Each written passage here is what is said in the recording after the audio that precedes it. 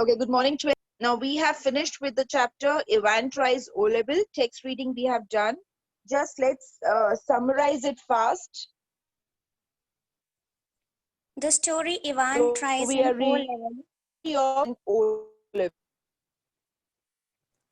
The story starts with a telephonic conversation between the governor and the examination board secretary.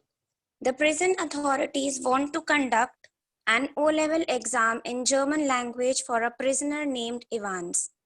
The secretary asks about the venue of the exam and also about the invigilator for it.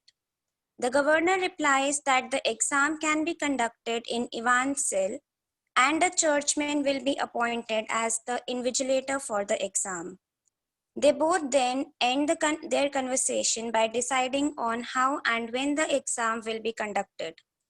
A senior prison officer, Jackson, visits Ivan's cell to conduct an inspection so that if any weapon may be hidden. They are going through this checking because Evans had successfully escaped from prison earlier also. The episode gave him the name of Evans the Break. The governor was not ready to take any risk with this as it could bring a bad name to him. Jackson and Stephens checked the cell thoroughly. They had taken away his nail scissors earlier, and Jackson ordered Stephens to take away his razor blade as soon as he had shaved. Jackson ordered Evans to take off his hat but left it because Evans requested him not to do so, as it was his lucky hat for the exam. All sorts of arrangements were made to keep a check on Evans. Even a microphone was placed in his cell.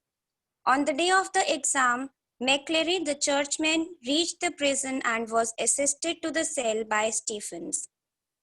The governor was informed that the exam was about to begin and that the cell did not have any weapons. The governor ordered the officer to check the churchman so that Evans may not use any belongings of McCleary as a weapon.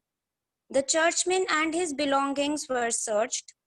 The paper knife was also removed so that Evans might not use it to injure the churchman in order to escape.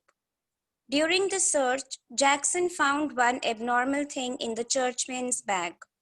It was a semi-filled tube. When asked the reason for keeping it, McCleary said that he had to use it as he suffered from piles. The exam began and everything being spoken in the cell was constantly heard by the governor. Meanwhile, a phone call from the examination board for some corrections in the question paper made the governor suspicious.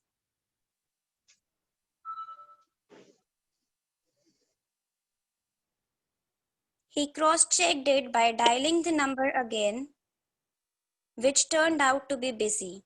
Then again there was a phone call from the magistrate demanding for police officers and a van. Such things were suspicious to the governor, but he calmed down as he was sure of his arrangements. Stephen stood outside the cell and peeped inside after every minute. It was always the same, but later on, he noticed that Evans had put a blanket around himself.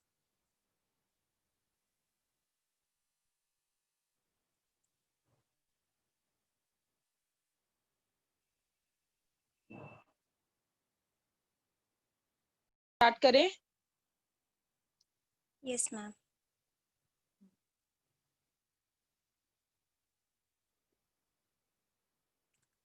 The exam began and everything being spoken in the cell was constantly being heard by the governor. Meanwhile, a phone call from the examination board for some corrections in the question paper made the governor suspicious. He cross-checked it by dialing the number again, which turned out to be busy. Then again, there was a phone call from the magistrate demanding the police officers and a van. Such things were suspicious to the governor, but he calmed down as he was sure of his arrangements. Ma'am, please scroll down.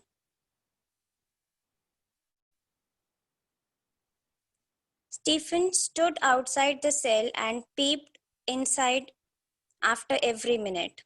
It was always the same, but later on, he noticed that Evans had put a blanket around himself. Though he doubted it at first, but then he stopped thinking much as it was cold inside the cell. Later on, the exam was conducted, and as the governor ordered on the phone, Stephens accompanied McCleary to the gate. Everything went as planned, and Stephens was happy. To be sure of himself, he once again went to the cell for a final look.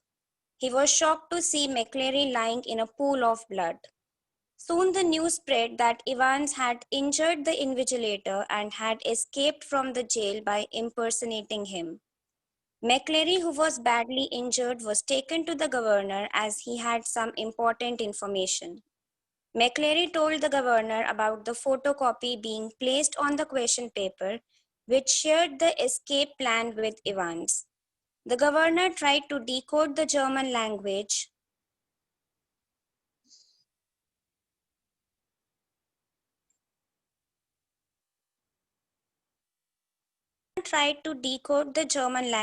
and found out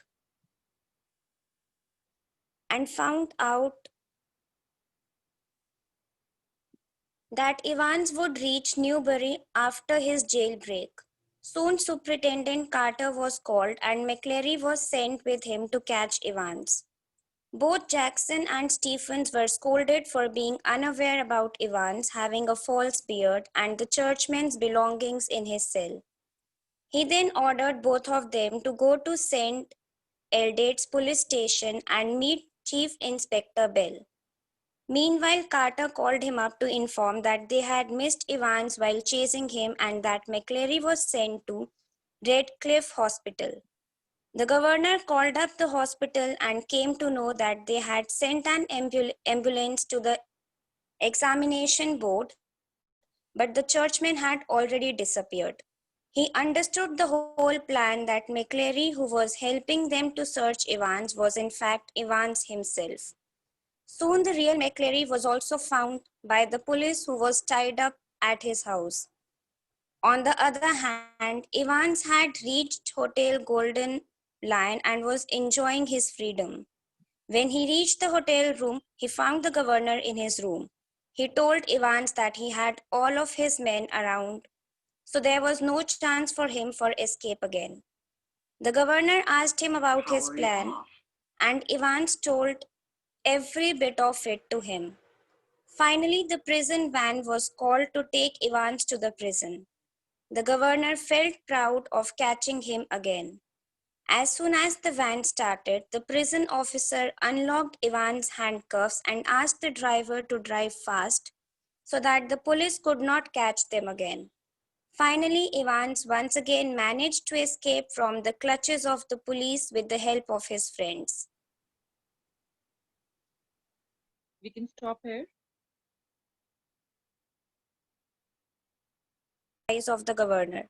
So we can say that Evans had the right to laugh as he managed everything very well. Okay, so he had the right to laugh because he was a very smart and a cunning person, and everywhere he had pre-planned things beforehand.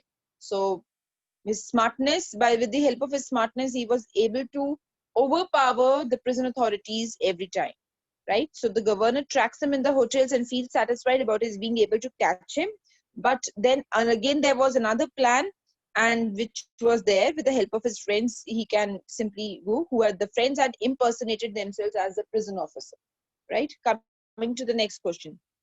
When Stephens comes back to the cell, he jumps to a conclusion, and the whole machinery blindly goes by his assumption without even checking the identity of the injured McCleary.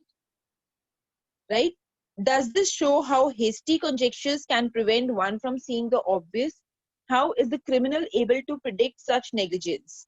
Now, see, here they are specifically talking about Stephens. But in general also, कल मैंने आप लोगों के साथ ये question discuss किया था. Evans was a very cunning, a very smart